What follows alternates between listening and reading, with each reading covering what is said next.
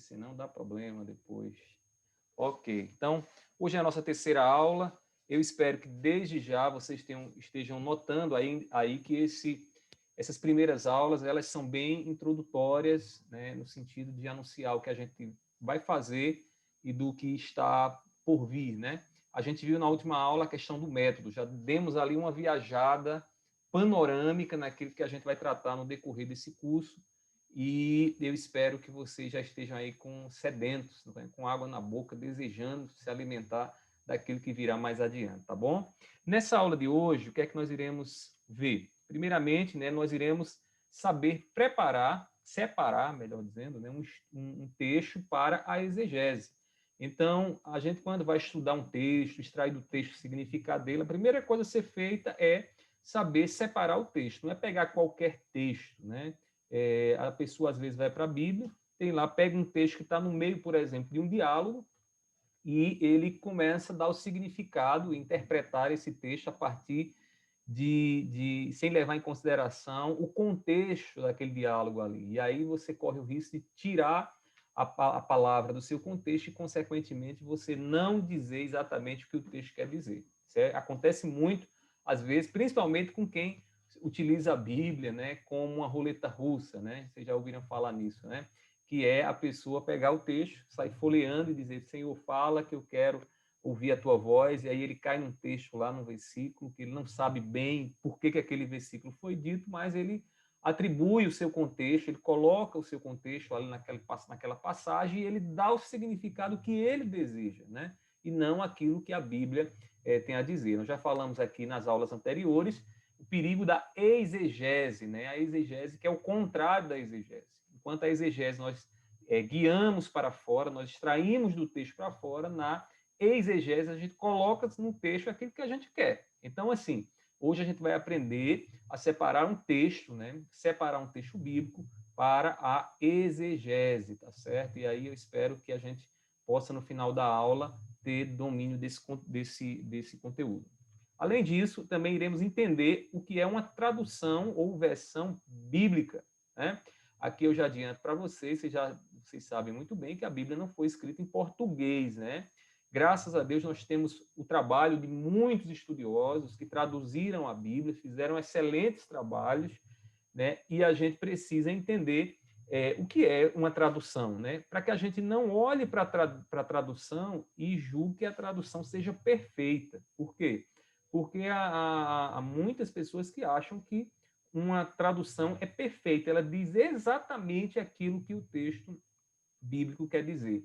E muitas vezes o que acontece é que uma tradução ela pode ser, e ela é, na sua grande maioria, interpretações.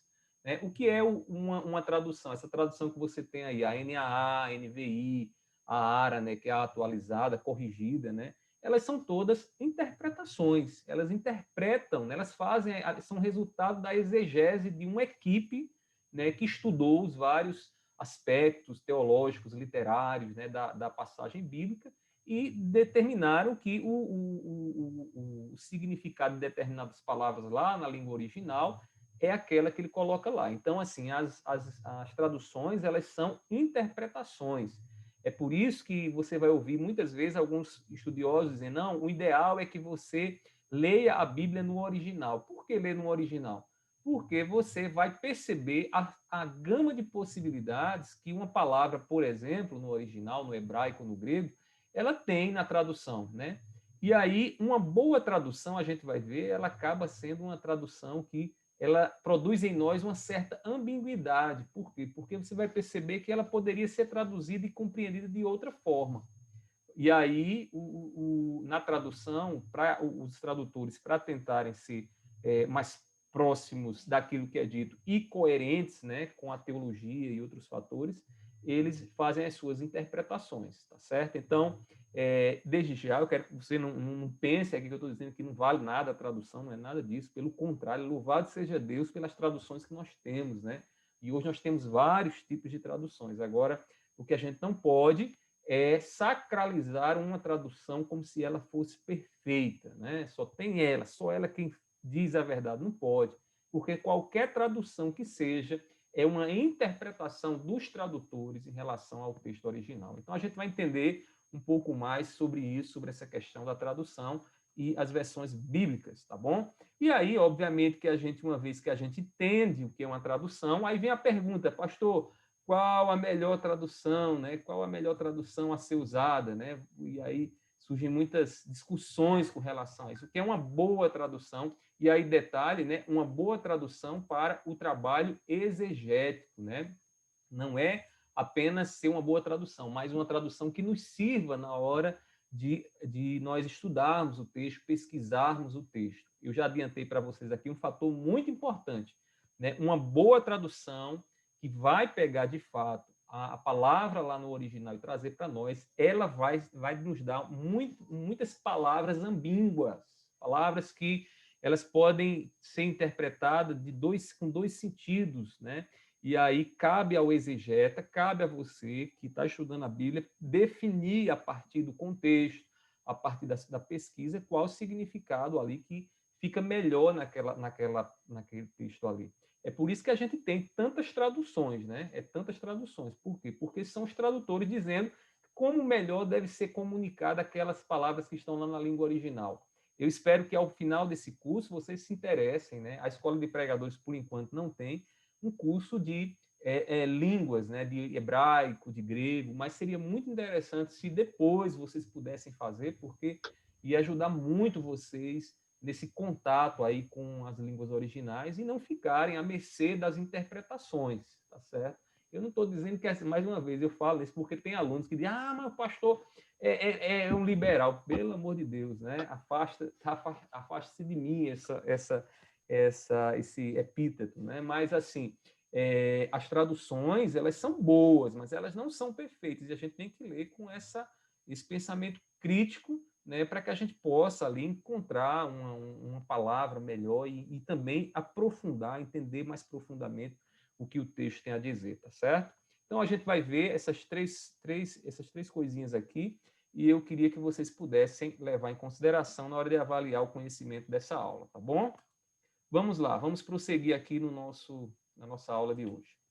Então, vamos primeiramente saber como escolher um texto bíblico, certo, para a exegese. Deixa eu dizer uma coisa aqui para vocês. O nosso curso é exegese para a pregação, né? Então, a gente vai escolher um texto bíblico para fazer a pesquisa e, consequentemente, a pregação, certo? Deixa eu colocar aqui uma observação, né? Olha, a exegese precede a pregação. Eu estou dizendo isso aqui porque eu tenho uma turma, tenho turmas de pessoal que estuda pregação, e o maior problema que eu vejo, irmãos, é que às vezes os pregadores eles querem pregar, eles querem ter um sermão pronto, preparado, mas eles não fazem o estudo bíblico, né? Então, assim, para fazer, a gente tem que separar um texto, a gente tem que escolher um texto, e esse texto precisa ser estudado. Então, assim, eu queria, aqui nesse primeiro momento, nessa aula de hoje, ensinar vocês a fazerem o que parece ser muito simples, mas não é muito simples. E não é muito simples por quê? Eu vou explicar para vocês no decorrer da nossa aula hoje. Então, assim, há vários nomes que são dados a uma passagem de estudo. A gente pode chamar, por exemplo, de perícope, né? Essa palavra perícope, ela significa seção, e ela está relacionada a um corte. O que você faz literalmente? Quando você vai para a Bíblia, você escolhe uma passagem ali na Bíblia que tem um sentido, essa passagem vai ser estudada e vai ser comunicado o sentido dela. Há outras nomenclaturas, né, que são utilizadas, como, por exemplo, discurso, unidade do discurso, né, aqui já é um pouco mais acadêmico nessa expressão aqui, porque a exegese é uma ciência também, né? Então, assim, na academia, alguns chamam de discurso, né? O texto que vai ser estudado. Há também o texto, né? Como nós comumente chamamos, e passagem. E a gente vai trabalhar exatamente aqui na nossa aula com esses dois significados, texto e passagem.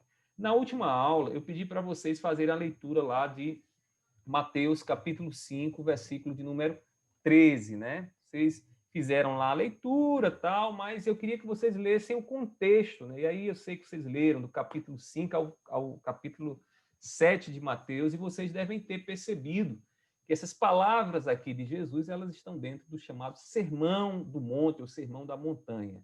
E aí, lemos só um versículo, certo? Mas eu queria incluir mais 2 versículos nessa passagem. Por quê? Porque nós vamos, mais à frente, escavar um pouco mais. Alguns de vocês me mandaram aí o exercício de vocês, e aí eu percebi, né, deu para perceber em que nível está o estudo, a pesquisa de vocês. Eu percebi, por exemplo, que alguns de vocês acabam, né, focando em algum aspecto figurado, né, se apropriam do aspecto figurado, né, para fazer aplicações, e aí já partem da aplicação da figura para aplicação. Outros, né, fizeram assim uma leve pesquisa sobre, por exemplo, as propriedades do sal, o que significava o sal lá no primeiro período, muito interessante, e aí caíram no outro lado, que foi não trazer algo relevante para as pessoas dos nossos dias, né? Então, assim, a exegese, como nós iremos estudar aqui, ela vai, a gente viu lá no início, vamos ter um momento da reflexão, certo? Saber refletir o texto depois de pesquisado, mas assim, eu espero que a gente possa aprofundar um pouco mais essa passagem. Mateus capítulo 5, do 13 ao 16, tá certo? Então, memorizem aí, guardem essa passagem aqui, porque ela é a passagem que nós iremos aprofundar durante todo esse curso. Aquilo que nós iremos aprender no curso aqui, aplicado a essa passagem, você também deve aplicar a outras passagens para você poder fazer o estudo adequado, ok? Então, vamos prosseguir ainda dentro dessa questão da escolha do texto. Entendendo que nós vamos trabalhar com textos e passagens, né? A gente pergunta, pastor, qual o tamanho, então, do texto para fazer uma exegese, tá certo? Não existe uma regra absoluta com relação ao tamanho. O Michael Gorman, no livro dele, vocês vão ver lá, ele sugere que vocês tenham um texto entre 5 a 20 versículos, né? Entre 5 a 20 versículos, eu acredito que ele dá essa quantidade, porque 5 a 20 versículos é o suficiente para você entender um texto dentro de sua passagem, né? Dentro do que foi dito anteriormente, posteriormente, então ali dá para você já investigar alguma coisa, e aí ter um sentido um pouquinho mais alargado, né? Mas assim, não se detenham, embora o Gorman tenha falado sobre 5 a 20, não se detenham a essa quantidade. A preocupação que vocês devem ter está aqui, ó. O mais importante na escolha de um texto não é o tamanho. O que é mais importante? O sentido da passagem, né? Perceba se o sentido da passagem que você está estudando tem um sentido completo, né? Se tiver um sentido completo, maravilha, vai dar para fazer exegese. Ah, mas eu queria só fazer a exegese da parte de um discurso, né, de um diálogo, de uma determinada passagem. Não dá. Não dá, por quê? Porque você não pode, né? E aí é uma questão óbvia, você não pode sacar uma parte de um discurso para compreender ele, você tem que compreender ele dentro de todo o discurso. Então, quando vocês estiverem escolhendo um texto, observem isso, veja se o texto que vocês estão separando para estudar, para pregar, é um texto que tem um sentido completo. Em homilética, os professores de homilética chamam de unidade expositiva. O que é a unidade expositiva? Deixa eu trocar aqui a cor desse negócio, que hoje tá um pouquinho colorido, porque eu troquei o computador, aí tá um pouquinho colorido aqui as coisas, mas vou ajeitar agora, certo? Unidade expositiva, né? Isso aqui na homilética. O que é a homilética, pastor?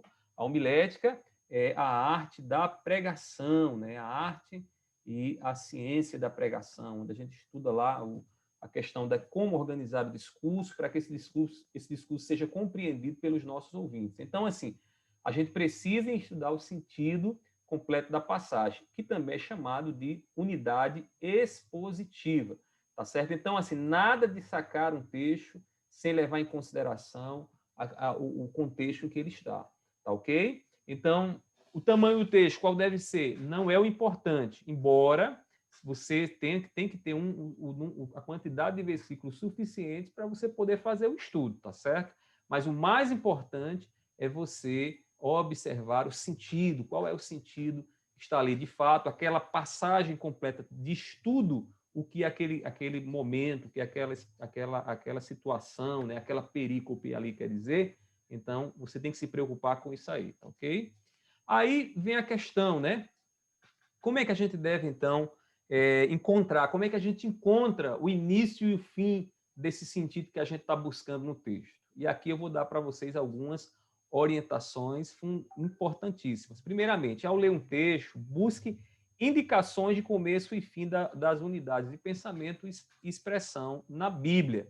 Quais são essas indicações? Primeira delas, os títulos, né? Se você abrir sua Bíblia aí, por exemplo, lá em Mateus, capítulo 5, versículo 13, que é o texto que a gente vai trabalhar durante todo o nosso curso, qual é o título que tem lá? Sal e luz. Aí, detalhe, será que foi esse título que Mateus pensou lá quando ele escreveu o texto? Certamente não. Esse título aqui é um título, deixa eu colocar aqui, editorial, né? O que quer dizer isso? Que quando os editores da Bíblia eles estavam traduzindo lá da língua original para o português, eles pegaram essa seção aqui, que é a seção de Mateus, capítulo 5, 3 a 16, e perceberam que ali é tratado sobre sal e luz, né? Que são exatamente as metáforas utilizadas por Jesus ali. Mas esse sal e luz não estava lá na língua original, o título lá separando. Se você vê o manuscrito original, meu irmão, como é que é o manuscrito original? São letras seguidas, uma praticamente emendada com a outra. Não tem a separação, por exemplo, de parágrafos, como nós temos nos nossos livros. Porque os parágrafos, a separação de parágrafos também é uma indicação de começo e fim. Se você, por exemplo, pegar algumas Bíblias mais modernas, elas têm o quê? Tem lá um bloco, né, de textos assim, que você vai perceber que ali, aquele bloco, o autor tem uma única ideia em mente. Tá certo? Tem uma única ideia em mente. E isso é indicado pelo quê? Indicado pelo parágrafo, né? Por aquele bloco de palavras e frases ali que giram em torno de uma única ideia. Isso se aplica tanto a um texto secular como a um texto bíblico. Agora, lá no original, isso ficava à mercê dos leitores, que iam lendo e compreendendo ali até onde é que uma ideia ia. Aí nós hoje, graças a Deus, temos os editores abençoados, homens de Deus e mulheres de Deus, que decidiram, né, separar a Bíblia para que a gente facilite a nossa compreensão, a ponto de quando você ir para a Bíblia, você tem lá Mateus capítulo 5, 13 a 16, você vai perceber que ali tem uma marcação de uma única ideia, de um começo e de um fim de uma ideia, que é exatamente isso que vai nos interessar no nosso curso, tá certo? Outra marcação, né, muito comum de ser encontrada em algumas bíblias, é o negrito, né? O que é o negrito? Você talvez observe na sua Bíblia depois, se a sua Bíblia tem algumas palavras que a primeira letra começa em negrito, né? Então, isso é uma indicação de quê? De um início de um parágrafo. Se está iniciando um parágrafo ali, o que quer dizer que o autor bíblico está começando uma ideia. Quer dizer que se você quer pregar na ideia daquele parágrafo, você deve começar por ali, porque ali é que começa a ideia, tá certo? Então, os negritos, eles marcam aí esse começo e também marcam o fim, porque quando aparece outro negrito no texto, indica que ali começa um outro parágrafo e o parágrafo anterior se findou, ou seja, a ideia ali foi dita como o autor queria que fosse dito. Isso aqui observando o quê? As traduções. Na língua original, no manuscrito original, nós não temos nada disso. Assim. Nós temos algumas pontuações, mas a separação, título, negrito, não, isso não tem. A gente não tem essas separações. Exceto lá nos Salmos, que ali nos títulos dos Salmos, né, tem algumas referências, mas assim, nos demais textos nós não temos aí essa facilidade de percepção, né, porque nós temos essas marcações. Então, observem aqui uma coisa. Isso aqui são auxílios editoriais, como nós já falamos, né? Isso aqui quem nos deu, essas informações quem nos dão são os editores da Bíblia. Agora, existem outras marcações que é aqui onde o exegeta ele precisa estar atento, né? Que são as marcações lógicas. Lógicas por quê? Porque o autor ele está desenvolvendo discurso, ele está relacionando palavras, frases com frases, e você precisa perceber no texto bíblico marcações lógicas. Por exemplo, aqui eu coloquei duas marcações. portanto, né? Essa conjunção aqui que trata muitas vezes como ou consequência ou finalidade, né? Então, portanto, se o autor está falando algo e ele começa e ele diz, portanto, a partir dali ele está chegando o quê? A uma conclusão que dali para frente, né, começa-se uma nova ideia, certo? Ele concluiu, por exemplo. Ou então, ali ele está articulando determinados blocos de frases, parágrafos, ideias ali, com outros blocos, e aí você precisa entender essas conexões lógicas. Outro exemplo aqui é em seguida, né? Você pode encontrar nas escrituras, né? Observe que quando eu digo que algo é em seguida, eu estou marcando ali um momento e outro. Então, se eu marco um momento, eu estava dizendo alguma coisa naquele momento. Se eu digo em seguida, eu vou começar um novo momento, um novo cenário vai se abrir. Então, a gente tem que estar atento a essas marcações lógicas. O autor do livro que a gente está usando aqui, né, que a gente vai beber muito dele, o Michael Gorman, ele chama a exegese de leitura atenta. É interessante isso aqui. Por que leitura atenta? Porque você só vai perceber esses detalhes aqui, né, essas marcações lógicas, se você se ater, se você de fato observar, ler com muito cuidado. Então, lendo com muito cuidado, observando cada palavrinha, virando cada palavrinha, né, investigando o que é que ela significa, então você vai estar observando essas marcações lógicas que vão ajudar você a fazer o quê? Perceber onde inicia uma ideia e onde essa ideia termina. Por que isso? Porque se você não saber onde começa e termina uma ideia, você ainda não tem um texto pronto, um bom texto para você fazer uma exegese, tá certo? Eu vou aqui adiantar uma pergunta que é possível que alguns de vocês façam. Pastor, e eu posso fazer exegese de um só versículo? Claro que você pode. Agora, observe se esse versículo, detalhe, na Bíblia original não existe versículo, né? Não existe versículo. Versículo vem aparecer na Bíblia bem recentemente, lá no século XVI. Então, o que é que nós temos? Nós temos ali na Bíblia uma série de frases. Agora, sim, essas frases aí, uma frase ela tem um sentido completo, né? Uma frase ela tem um sentido completo. Logo, se ela tem um sentido completo, então ela pode também ser investigada, estudada. E aí é bom atentar para isso aí, porque de repente você vai pregar, separou lá um único versículo. Você pode fazer o estudo, você deve fazer o estudo exegético daquele versículo, sempre levando em consideração, né, o que vem antes e o que vem depois. Se perceber que há uma ligação para ficar mais claro o entendimento entre o que foi dito anteriormente, então é bom que você estenda um pouco mais aí a passagem, o texto da sua pregação, ok? Então, é leitura atenta, exegeta, estudioso da Bíblia, tem que ler a Bíblia com cuidado, né? Observando cada palavrinha. Eu gosto muito, irmãos, de fazer uma das coisas que me apaixonam quando eu estudo o texto bíblico é a sintaxe dos textos, irmãos. É extraordinário como as palavras, o lugar e as posições das palavras, né, quando elas mudam de lugar, elas dão sentido novo. Irmãos, isso é extraordinário. É um poder muito grande que existe nas palavras. Então, quando a gente está lendo a Bíblia, a gente começa a perceber ali que há uma relação, por exemplo, de substantivo com verbo, com preposição, com conjunções, né? com objetos direto e indireto. Então, a gente vai percebendo essa lógica, irmãos, e o texto vai começando a colocar para fora o significado, coisas profundas que talvez passem despercebidas, né? Despercebida numa leitura superficial. Se você, por exemplo, lê o Salmo 23 e diz, o Senhor é o meu pastor, nada me faltará, né? Você entender, por exemplo, o Senhor é ali o sujeito, melhor, é o substantivo, e o possessivo do salmista é sobre o Senhor, é meu pastor. Eu tenho um pastor. Olha só que coisa maravilhosa. O Senhor é meu pastor. Então, só observando essas questões semânticas, como, por exemplo, pastor, o que é um pastor, o que é que o pastor fazia, o significado, né, dessa palavra usada ali na poesia hebraica, irmãos. Então, e essas coisas devem fascinar a gente, porque Deus ele se comunica conosco a partir do momento que a gente começa a refletir nesses sentidos, aí nessas relações de palavras. Se você passa nas carreiras e faz como muitos erram, né? Já ouviu alguém dizendo assim: o Senhor é o meu pastor e nada me faltará, né? Esse e nada me faltará não existe, né? Por quê? Porque ali é um paralelismo. Então, o Senhor é o meu pastor, nada me faltará, né? É um paralelismo ali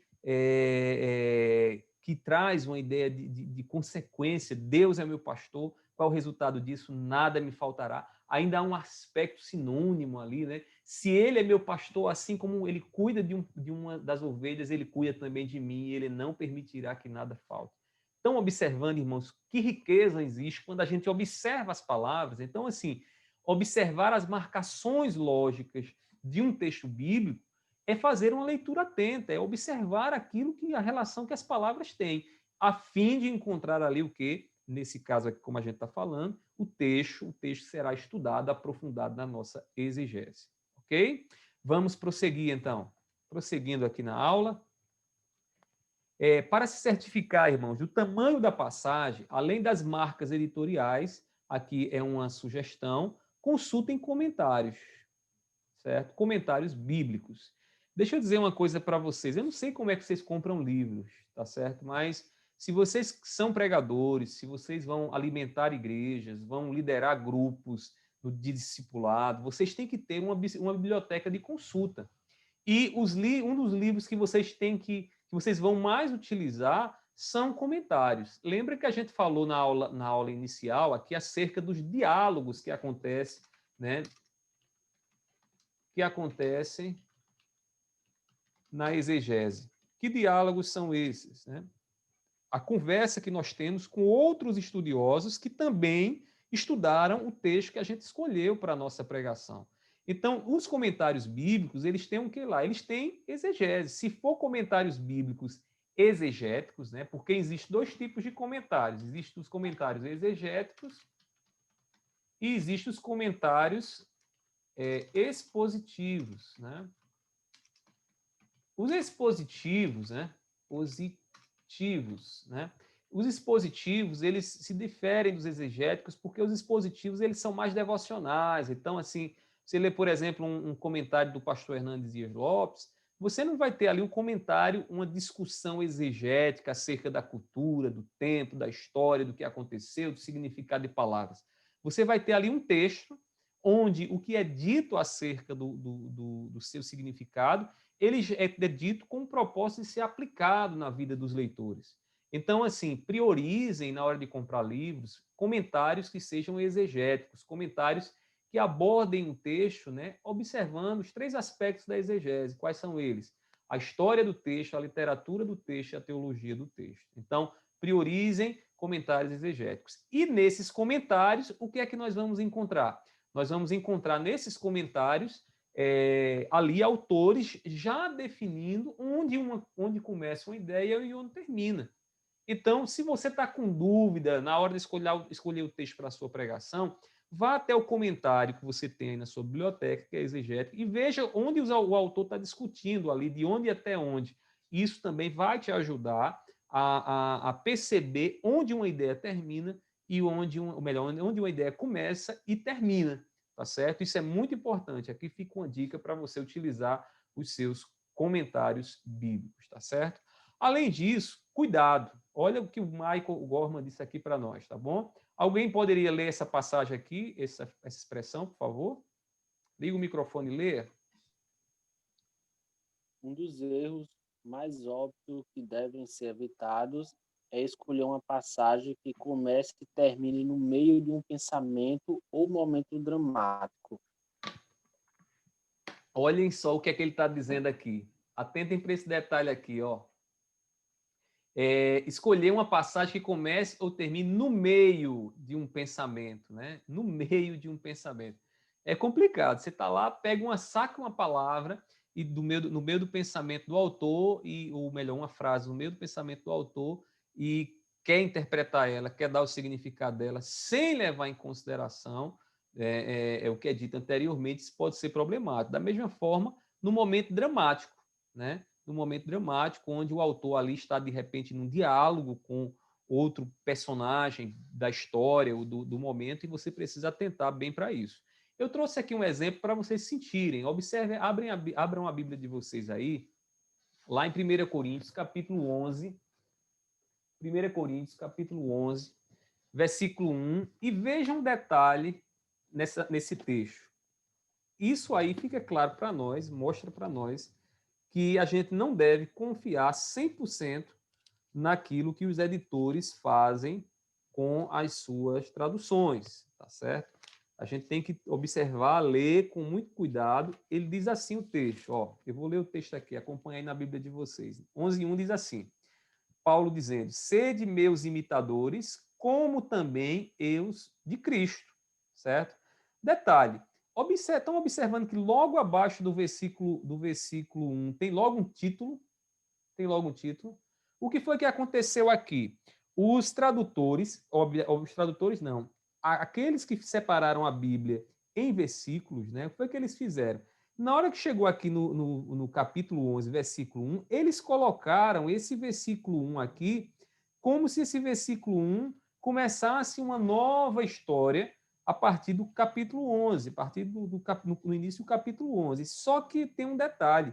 O capítulo 1 o versículo 1 do capítulo 11, na verdade, ainda é parte do capítulo 10. Observe o versículo 33, diz assim: como também eu em tudo agrado a todos, não buscando o meu próprio proveito, mas o de muitos, para que assim se possam salvar. Sede meus imitadores, como também eu sou de Cristo. Olhe só, aí você vai pregar e diz, não, eu vou pregar o capítulo 10, de repente você pega do versículo 22 ao versículo 33 e você acha que disse tudo o que a perícope, o que essa sessão aqui ela tem a dizer. Quando, na verdade, o início do capítulo 11 já ainda é parte do texto anterior. Por que eu estou mostrando isso a vocês? Para vocês entenderem, perceberem que a gente deve agradecer pelas ajudas dos editores e tal, mas a gente não pode seguir cegamente, porque possa ser que fique faltando lá um versículo na hora da gente concluir ali o texto, né, que nós vamos fazer a nossa pesquisa, tá bom? É óbvio que isso aqui é um caso, né, bem especial, nem todos os textos, nem todos os capítulos vão fazer isso, mas como exegetas, vocês precisam estar em busca do sentido, do significado, onde a ideia começa, onde a ideia termina. Ok? Vamos prosseguir. Então, prosseguindo aqui na nossa aula de hoje, qual é, então, diante disso, né, já sabemos aqui o que fazer na hora de escolher um texto para o nosso estudo, vem a pergunta óbvia, uma pergunta óbvia que surge todas as vezes que a gente trata sobre esse assunto.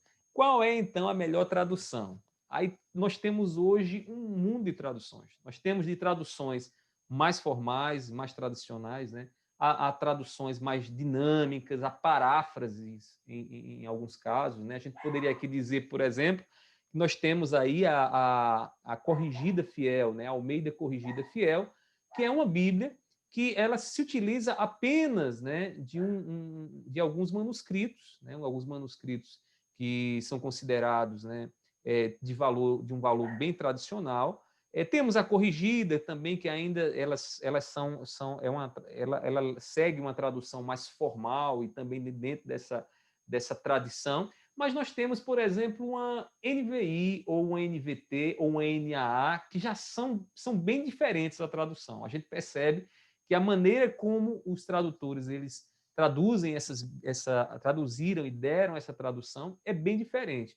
Então, qual é a melhor tradução dessas? Ou será que a linguagem de hoje é uma tradução aconselhável, uma Bíblia viva, né?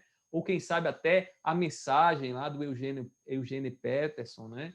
Que alguns pregadores, vez ou outra, estão citando aí, né? Mas é só interpretação dele, né? Só aplicação dele. Então a gente vai conseguir agora perceber qual é a melhor tradução para a exegese, tá bom? Detalhe, eu estou falando aqui para a exegese, mas no púlpito, na hora da pregação, o interessante é que você leve em consideração principalmente o entendimento, a clareza de ideias que você irá apresentar para o povo. Então, assim, cuidado para não ir, na hora da pregação, estar fazendo exegese no púlpito. Né? É um conselho que eu dou a todos os meus alunos. Cuidado para não fazer exegese no púlpito. Chegar lá e ficar, né, olha essa palavra no grego, o que significa isso. As pessoas que estão lhe ouvindo, elas não vão querer saber o que é lá no grego, o que é que significava, exceto se for um público bem específico, numa situação bem específica. Quando a pessoa vai ouvir o pregador, o que ela quer é que o pregador domine o texto, tenha conhecimento do texto e possa dar direção a partir daquilo que ele estudou no texto.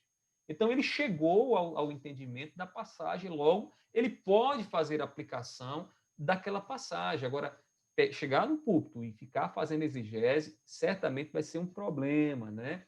Vai ser um problema, e aí talvez a mensagem acabe se distanciando dos ouvidos dos nossos ouvintes contemporâneos, que na sua grande maioria nunca estudaram grego, né? Nunca estudaram hebraico, e não é numa citação de uma palavra ou outra que você vai ensinar eles o grego ou o hebraico, tá certo?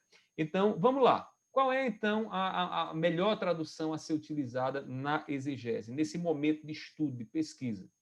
Aí, olha, vamos entender, antes de qualquer coisa, o que é uma tradução, né? O que é uma tradução? E aí, utilizando lá o livro que nós estamos utilizando, né, do Michael Gorman, ele diz o seguinte: uma tradução ou versão, que detalhes são a mesma coisa, tá certo? Tradução e versão bíblica são a mesma coisa, é uma forma acadêmica de traduzir as histórias e pensamentos de pessoas que viveram em antigas culturas, que falavam línguas do passado em linguagem moderna. Né? Então, ou melhor, falavam em línguas do passado em linguagem moderna, que é falada por pessoas que vivem em culturas contemporâneas muito diferentes. Então, o que é uma tradução? É um trabalho, né, que uma equipe, não só uma pessoa, mas uma equipe de tradutores, eles se empenham a fim de quê? A fim de trazer o significado daquilo que foi dito a um povo de uma época diferente, de uma cultura diferente, para as pessoas dos nossos dias. O que você leva para a igreja todo domingo à noite, certo? A Bíblia que você leva, ela é uma tradução. Então, você esteja ciente disso. O que você está carregando é a interpretação de uma equipe, a interpretação de estudiosos que academicamente, aplicando então os princípios, né, de exegese, eles então extraíram ali do texto original o significado e disseram para você o significado. Uma coisa que eu acho muito interessante, irmãos, de observar é que, embora as traduções elas sejam diferentes, né, as interpretações sejam diferentes, mas todas elas, na sua essência, irmãos, comunicam a mesma coisa. Né? A gente tem algumas corruptelas, né? O que são as corruptelas? São traduções que são feitas corrompendo as palavras, fazendo com que as palavras digam aquilo que os editores querem, como, por exemplo, a tradução da Torre de Vigia, né? Das Testemunhas de Jeová, elas fazem isso descaradamente, né? Pega determinados textos, determinadas frases, e ali deturpam o significado a fim de provar e sustentar as suas doutrinas. Então, esse tipo de interpretação, irmãos, é completamente equivocado. Nós temos aí, eu não sei quantas exatamente, mas eu vou chutar por alto aqui, nós temos o que, umas 20 a 25 traduções bíblicas aqui, talvez, ou menos, não sei, eu não tenho esse dado aqui, mas essas traduções, todas elas, na sua essência, significam, né? Trazem ali um significado, na sua essência, o mesmo significado, né? Então, isso é maravilhoso. Isso aponta para nós que há ali uma mensagem única que a gente não tem por que ficar temerosos aí.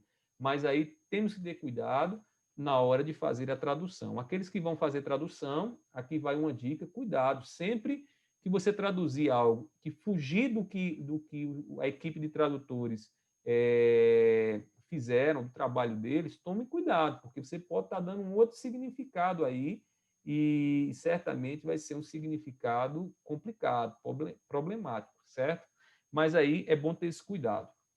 Vamos então prosseguir. Eu fico muito desconfiado, irmãos, todas as vezes que eu escuto um pregador dizendo assim: a melhor palavra não é essa, né? A melhor palavra não é essa. Vocês já devem ter ouvido isso, né? Não é que ele pode até ter percebido um aspecto ou outro, né?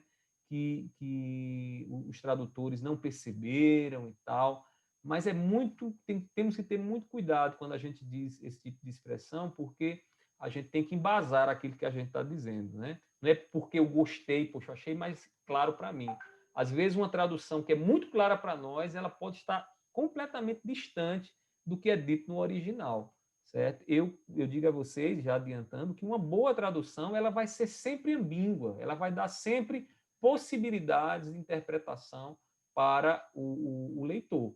Agora, o leitor ele não pode definir o significado de uma palavra só porque ele gosta, porque acha que fica melhor para ele. Ele tem que levar em consideração todo o estudo que a gente vai fazer aqui, está aprendendo a fazer, analisando cada aspecto para dizer realmente o que ali o texto quer dizer. Ok? Prosseguindo, então, cada tradução é por si só uma interpretação. Já tocamos aqui nessa tecla, né? É uma interpretação por quê? Porque os tradutores precisam fazer escolha. Eu vou dar aqui um exemplo para vocês, né? Você pode pegar uma palavra lá na língua original e quando você vai consultar o léxico, né? Esse nomezinho aqui, deixa eu colocar que talvez não seja familiar para alguns de vocês, né? O léxico é o dicionário, né? Grego, português. Então, quando você faz uma consulta ao léxico, né? O que é que você encontra lá? Você encontra várias palavras que podem, vários sentidos para aquela palavra que foi dita. Você não vai para um léxico e encontra lá um único significado, como você também não vai para o dicionário da língua portuguesa e encontra lá um significado. O que vai depender do significado daquela palavra, ou melhor, o que vai determinar o significado daquela palavra é o contexto. Por exemplo, se você usa a palavra manga, né? Se eu digo bem assim, olha, fulano, vai ali na feira e compra uma manga para mim. Manga aqui pode significar o quê? Fruta, né? Fruta. Olha só, fruta. Se eu mando meu filho ir na feira comprar uma manga, ele vai na feira, né? Ele vai comprar uma fruta.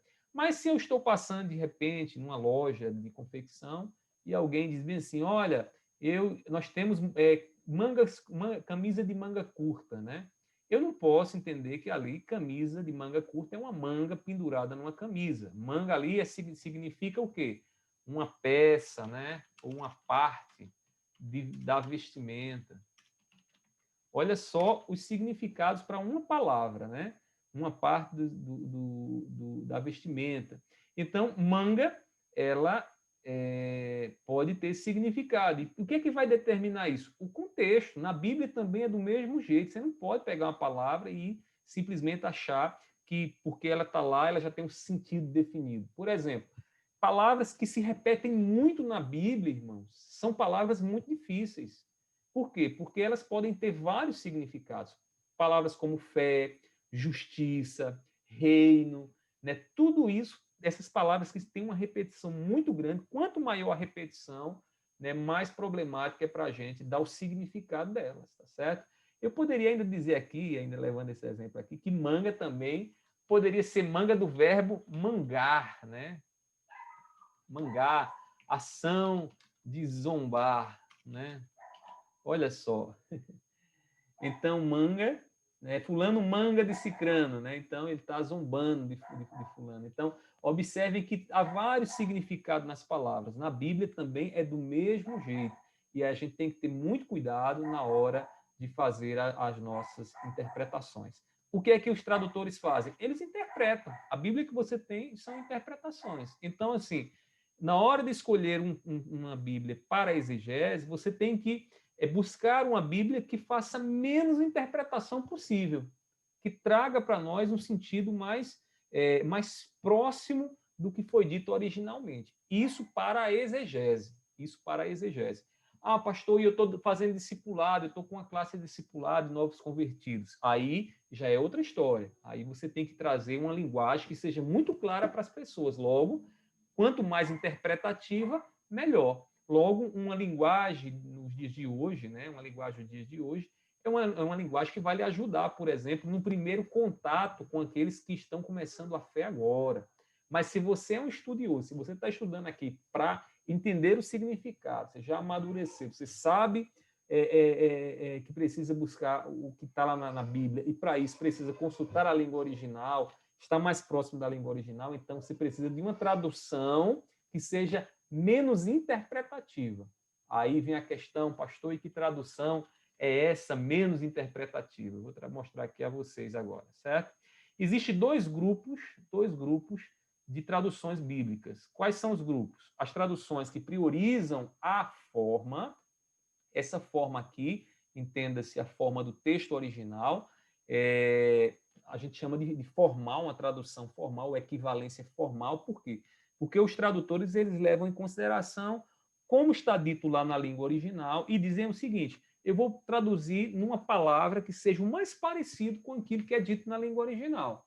Então eles levam em consideração o quê? A forma, simplesmente a forma. Só que essa forma, aí vale aqui um detalhe, ela não é suficiente para nos dizer o significado do texto. É por isso que nas traduções formais, né, que levam em consideração a forma lá do texto, a gente vai ter a ambiguidade. A gente vai olhar para lá, para as traduções, e a gente vai perceber que algumas coisas ali, né, poderiam receber outro significado, ter outro sentido. Então, há aqueles que priorizam a questão da forma, mas há também aqueles que priorizam a ideia, o conceito que as palavras comunicam. É por isso que vocês utilizam, por exemplo, a atualizada, e você diz, poxa, a atualizada é tão clara, eu leio com tanta clareza. Sim, porque ela é mais interpretativa. Porque ela é exatamente uma tradução que a gente chama de que leva uma equivalência dinâmica ou funcional, porque ela tem um propósito de comunicar a ideia que as palavras elas querem comunicar. Então, assim, só existem dois grupos, e os dois grupos são esses, né? O grupo que considera a forma e o grupo que considera as ideias. Aqui eu trouxe uns exemplos para vocês. A Bíblia Almeida Revista e Corrigida, né, que ela utiliza essa abreviação aqui, né, ARC, ela é mais formal. Logo, aqui está a Bíblia que nós devemos utilizar para fazer a exegese. Né? Quanto mais formal, né, e menos interpretativa, melhor para a gente fazer a exegese. Levem isso em consideração. Não se esqueça isso. Na hora de estudar um texto, tem uma tradução mais formal. Ah, pastor, mas eu sei ler na língua original. Então, esqueça a tradução e vá para a língua original. Mas eu sei que vocês, a maioria, não tem essa desenvoltura ainda para consultar o original. Vocês busquem aí uma tradução mais formal. E a tradução mais formal que a gente tem em língua portuguesa, né, é a tradução corrigida, que hoje já está na 4ª edição. Né?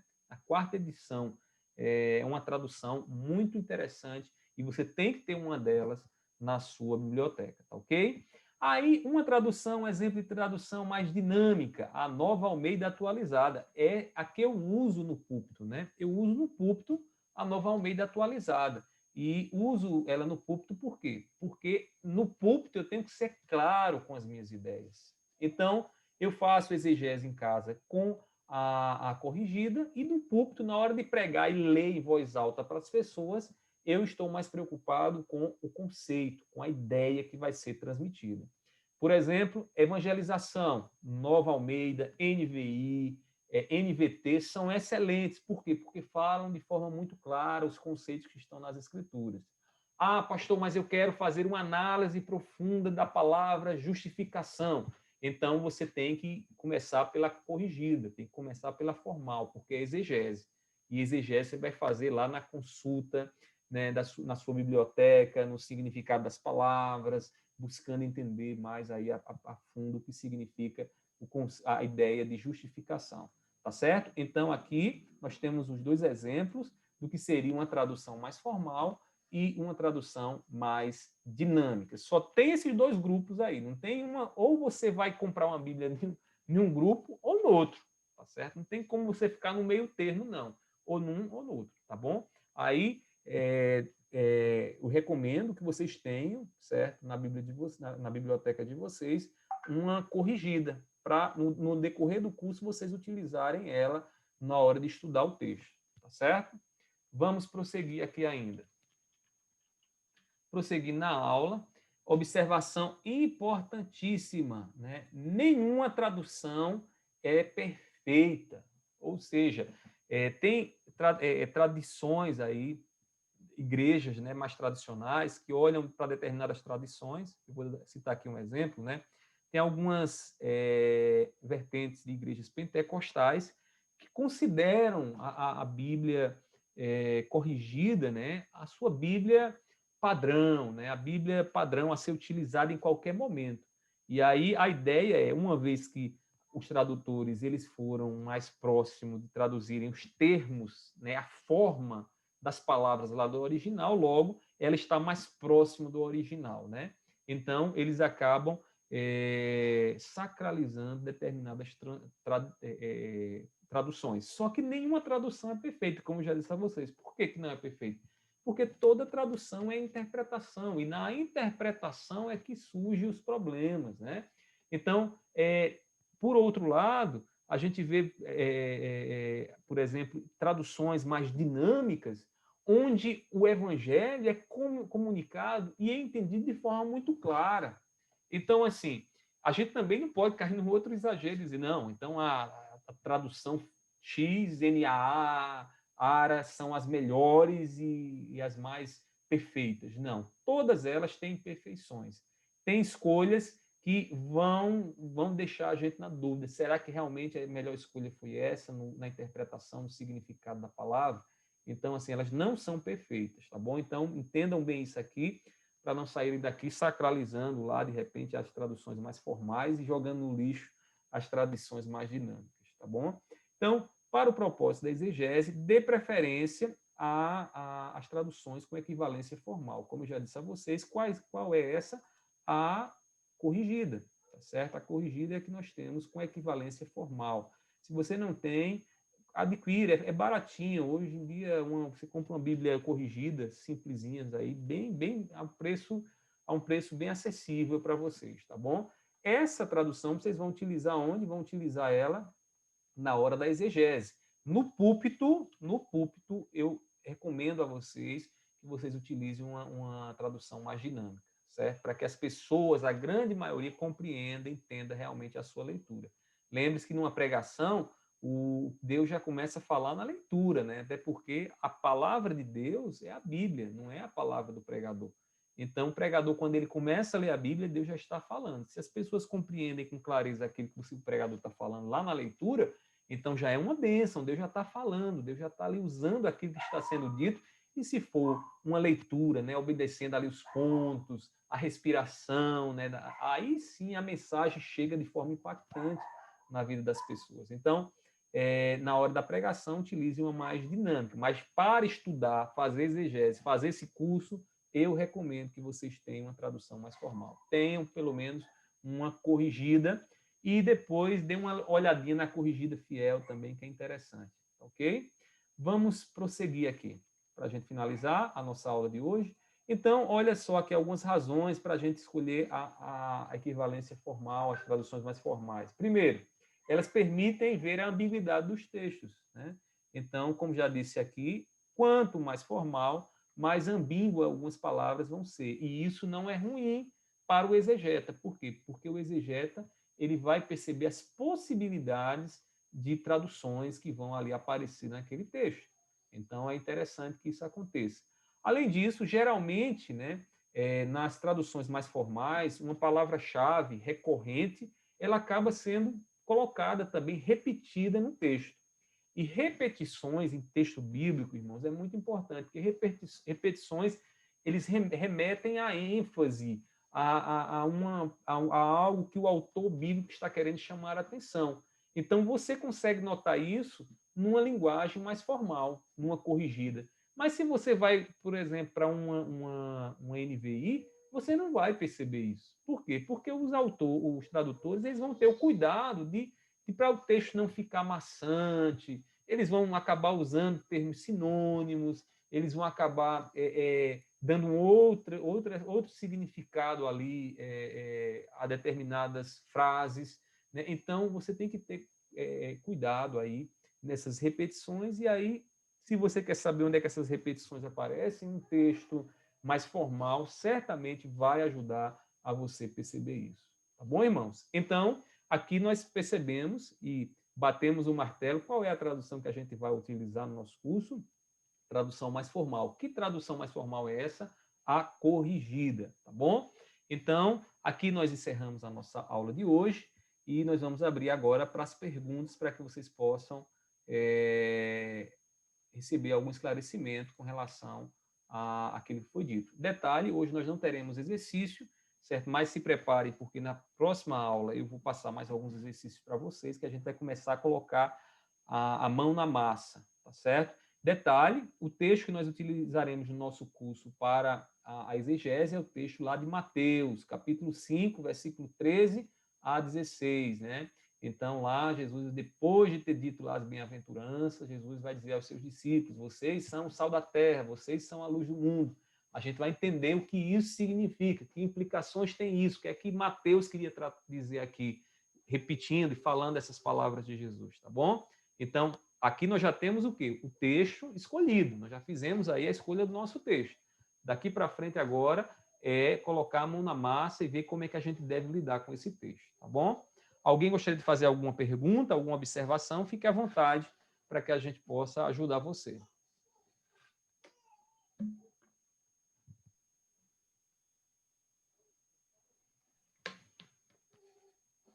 Se ninguém tem nada a perguntar, eu espero que vocês estejam compreendendo tudo, certo? E alguém quer falar? Eu vi aí alguém. Oi, Adriano, pastor. Oi, Adriano, diga aí. A corrigida eu não tenho, eu tenho atualizada. Mas também eu comprei uma Bíblia de estudo, eu até comentei com o senhor, né? A NTLH. Foi no meu tempo de juventude, assim que eu me converti, vi, né, nessa Bíblia uma facilidade a mais de entender, né? Essa linguagem eu posso utilizar hoje com os jovens? Pode, você deve utilizar ela.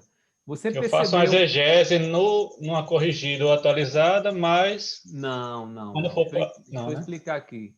A exegese, você deve fazer na mais formal. Qual é a linguagem mais formal? Corrigida. Corrigida ou corrigida fiel. São as duas mais formais que a gente tem, tá certo? Agora, para a pregação, certo? Para a pregação, quando você estiver lá no púlpito, você pode utilizar, e eu diria até que você deve utilizar uma linguagem mais dinâmica, levando em consideração o público que você também vai falar. Porque, por exemplo, na nossa igreja, se a gente for ler de púlpito a linguagem do dia de hoje, o que é que vai acontecer? Muita gente vai ficar confusa, porque a grande maioria tem o quê? Tem atualizada, NVI e ARA, e NAA, né, que é a nova Almeida atualizada. Então, assim, além de ser claro, é preciso também saber, né, o público ali, o que é que o público está acostumado. Agora, a nossa preocupação aqui no curso é com a exegese, e a exegese a gente deve fazer com uma linguagem mais formal, tá certo? Então, é bom vocês terem aí uma Bíblia corrigida. Ah, pastor, mas eu estou sem dinheiro. Tem aplicativos hoje que você pode baixar aí, que eles vão lhe dar a corrigida, e você já pode até começar a comparar, né, a corrigida com as dinâmicas. Outra questão, Adriana, aí dentro do que você colocou, se vocês forem fazer, quando vocês forem fazer a exegese, certo? Embora a gente vá usar bastante a linguagem mais formal, mas é sempre interessante fazer a comparação, né, entre uma formal e uma dinâmica. De repente você pegou lá a corrigida, compara e veja o que é que a NVI tem a dizer, como é que eles dizem aquele texto, porque são duas traduções com princípios diferentes, tá certo? Então, fica aqui a orientação. Evaldo? Ô, pastor, a paz. Amém. Qual a diferença entre exegese e hermenêutica? Ótima pergunta. A exegese é a aplicação da hermenêutica, né? A hermenêutica são os princípios de interpretação. Então, assim, para cada literatura que a Bíblia tem o quê? Nós temos narrativas, nós temos cartas, nós temos leituras apocalípticas. Então, a gente tem ali vários tipos de literatura. Para cada literatura dessa, existem princípios, regras. Essas regras nós aprendemos onde? Na hermenêutica, né? A gente aprende esses princípios aí que a gente leva em consideração na hora de ler esse tipo de literatura. Agora, o que é que a exegese faz? A exegese fundamentada nesses princípios, ela coloca a mão na massa, ela é a prática, ela exercita esses princípios. Então, enquanto a hermenêutica trata dos princípios, aqui nós iremos aplicar esses princípios. É como eu costumo ilustrar, é o seguinte, pastor Evaldo. Imagine numa partida de futebol. Então, as regras de impedimento, falta, pênalti, né, são a hermenêutica. O jogo propriamente dito, né, onde o indivíduo passa a bola para o outro e vai, corre, toca, o jogo propriamente dito é a exegese, tá certo? Não sei se essa ilustração ajuda o senhor, mas a diferença é essa, de uma coisa para outra. A exegese é a prática da hermenêutica. A hermenêutica na prática, né? Tá certo? Mais alguma pergunta, irmãos? Eu tenho, pastor. Diga. Eu também tenho o Novo Testamento interlinear analítico, né? Grego-português, que ele já traz assim, uma tradução para o português, uma tradução mais livre, mais direta. Aí a pergunta é o seguinte: o senhor acha válido também utilizar esse Novo Testamento junto com o léxico, né? E a corrigida? Olhe, se você sabe utilizar o grego, o léxico interlinear é esse aqui, deixa eu lhe mostrar. É o do Paulo Sérgio e do Odair Olivetti, né? Esse aqui, ó, tá vendo? Tô vendo sim, não. O que eu tenho é do Zane Rogers e Arthur Fester. Não conheço isso aí. Não conheço. Eu não posso falar muita coisa, mas é analítico de qualquer forma. O que é que você tem que levar em consideração? Qual é o texto que ele está usando? O texto crítico ou o texto majoritário? Um dos dois. Eles vão usar um dos dois, tá bom? O crítico é aquele que leva em consideração os manuscritos mais antigos. Os majoritários levam em consideração a quantidade maior de manuscritos na hora da tradução. Aí você levando em consideração eles, o bom é que no analítico já vai estar lá a palavrazinha, né, toda já destrinchada para você poder consultar. O perigo, Ariel, está na tradução que às vezes vem no analítico. Porque, como eu lhe disse, toda tradução é uma escolha, é uma interpretação. Então, o interessante para o exegeta, para quem está estudando, é que ele possa ter diante de si a possibilidade de tradução que uma palavra tem, as possibilidades que uma palavra tem. Então, assim, se você olha lá para o analítico e diz, não, o significado é isso aqui, porque está aqui no analítico, isso pode ser problemático. Então, o que é que eu recomendo? Que você, todas as vezes que tiver lá uma palavrinha, tenha muito cuidado para não se agarrar nela e aí dar o significado que muitas vezes essa palavra pode ter numa linguagem contemporânea. Porque aí é que complica tudo, né? Se você pega lá uma palavrinha só porque está lá no analítico e traz para entendê-la nos nossos dias e usa o quê? Um dicionário contemporâneo, né? Um Aurélio, por exemplo, para entender na língua portuguesa o que significa aquilo ali, você pode fugir muito do significado que o texto no original, lá no grego, ele tem a dizer. É só esse cuidado que você deve ter. Agora, sim, os analíticos ajudam muito, né? Os interlineares. Eu gosto muito desse aqui, certo? Do Gomes e Olivetti. Também tem esse aqui, ó, que aí ele é mais simplificado, da Sociedade Bíblica também, tá bom? Esse aqui. Então, assim, vocês podem ter. Agora, muito cuidado. Muito cuidado, não é porque a palavra está lá embaixo, literalmente, que você vai dar o significado só porque aquela palavra aparece lá literalmente. Tem outros fatores que a gente vai estudar, que a gente precisa levar em consideração. Principalmente na hora da sintaxe, na hora de relacionar uma palavra com outra, porque aí, nessa relação de uma palavra com outra, a posição da palavra ela pode dar um outro significado. E aí tem que ter muito cuidado. Eu perguntei justamente porque já aconteceu de, olhando o interlinear, quando eu vou para o texto, estou com uma outra ideia no texto da Bíblia, né? Já aconteceu isso. Então, justamente por isso que por isso a pergunta, Muito boa a pergunta. mas deu para compreender bem assim esse cuidado que deve ter, que é um cuidado que eu não sabia. Uhum. Você falou uma coisa aí antes do pastor Evaldo perguntar. Cuidado. Exegese é leitura atenta. A gente não pode fazer uma leitura apressada. Ninguém faz uma exegese pegando um versículo bíblico, lendo uma vez, já fiz, já sei o que significa. Não é assim. A gente lê, busca compreender as palavras, vai com calma, né? É trabalhoso, é lógico que é trabalhoso. A gente vai estar lidando aqui com um livro que não foi escrito ontem, né? Que tem aspectos culturais, linguísticos, né? Que a gente precisa levar em consideração, né? É o livro, e detalhe, todo esse trabalho é recompensado porque esse livro é o livro que nos traz a vida, né?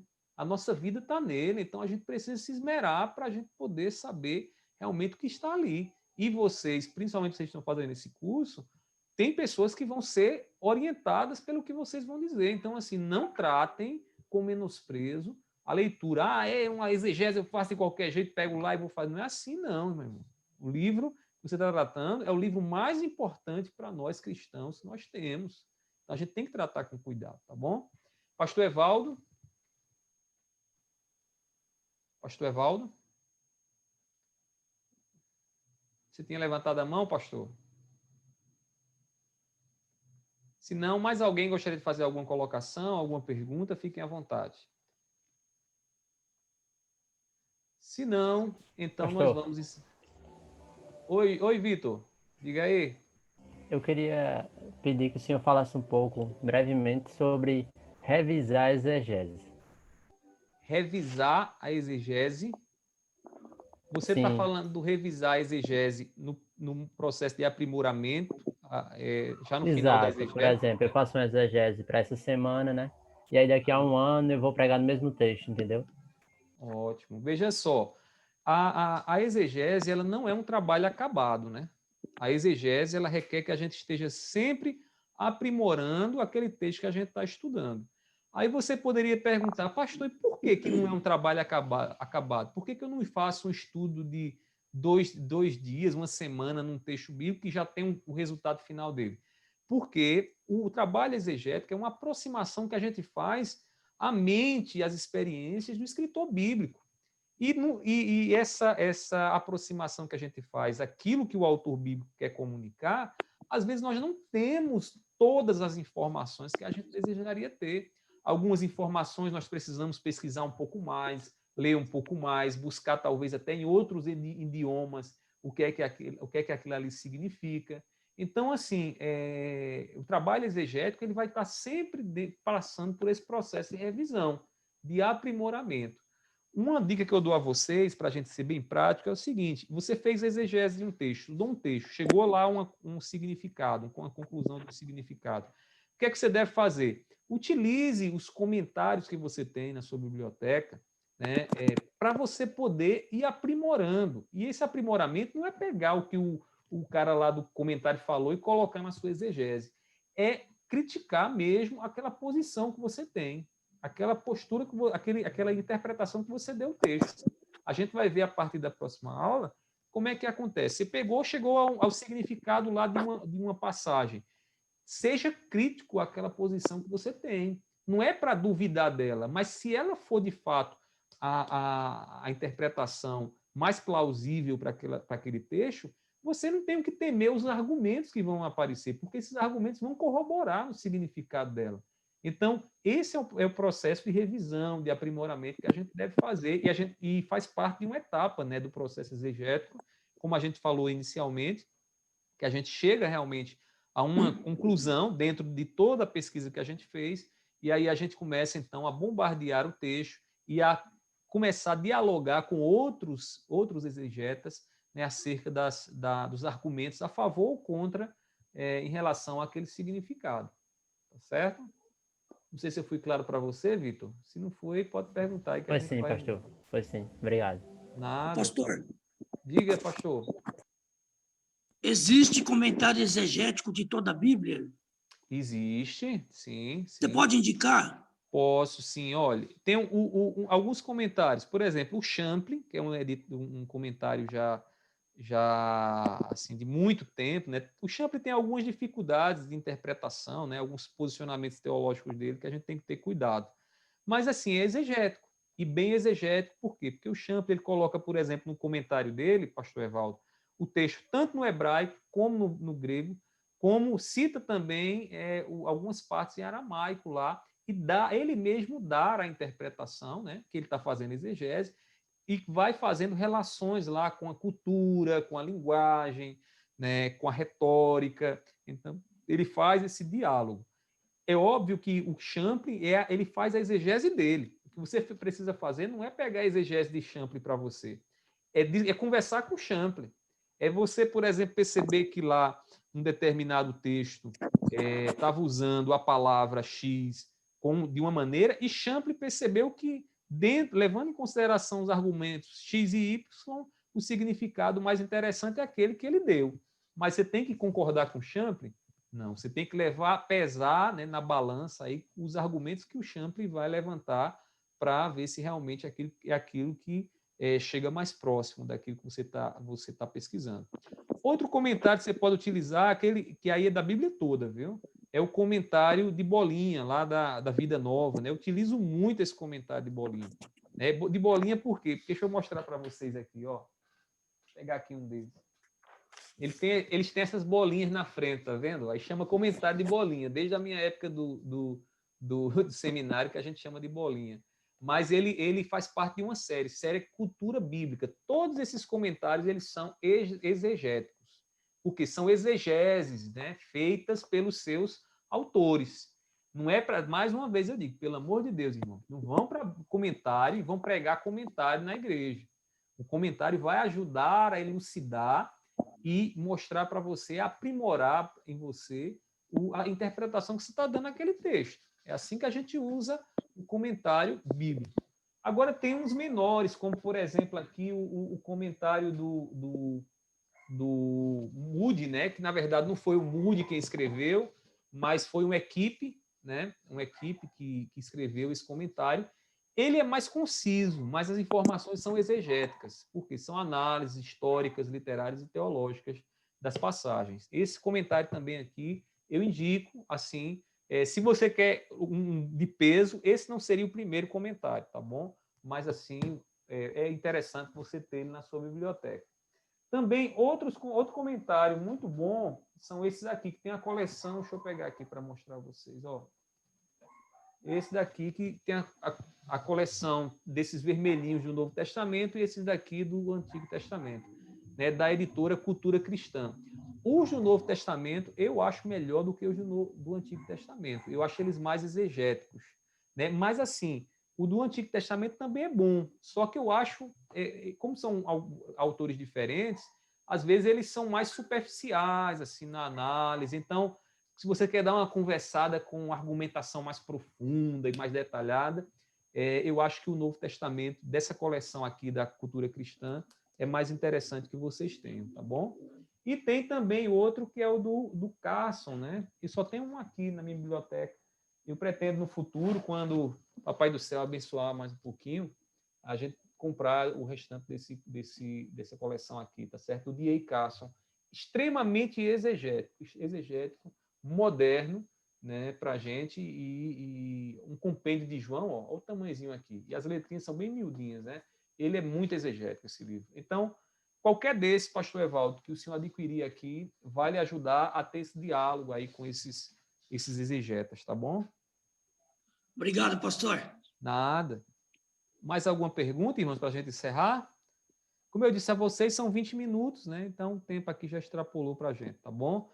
Então, irmãos, hoje a gente não vai passar a tarefinha de casa, tá certo? Vocês apenas leiam, continue lendo de forma atenta Mateus capítulo 5 a 7. Agora, a partir da próxima semana, aí sim, a gente vai realmente botar a mão na massa, tá certo? Então, a gente vai fazer uma oração agora, vamos orar agradecendo a Deus por essa aula de hoje, pedindo a graça dele, a luz dele, nessa tarefa tão extraordinária de poder estudar a sua palavra, primeiramente para a nossa edificação, né? E, em consequência disso, levar a mensagem do Evangelho a outras pessoas também. Vamos orar.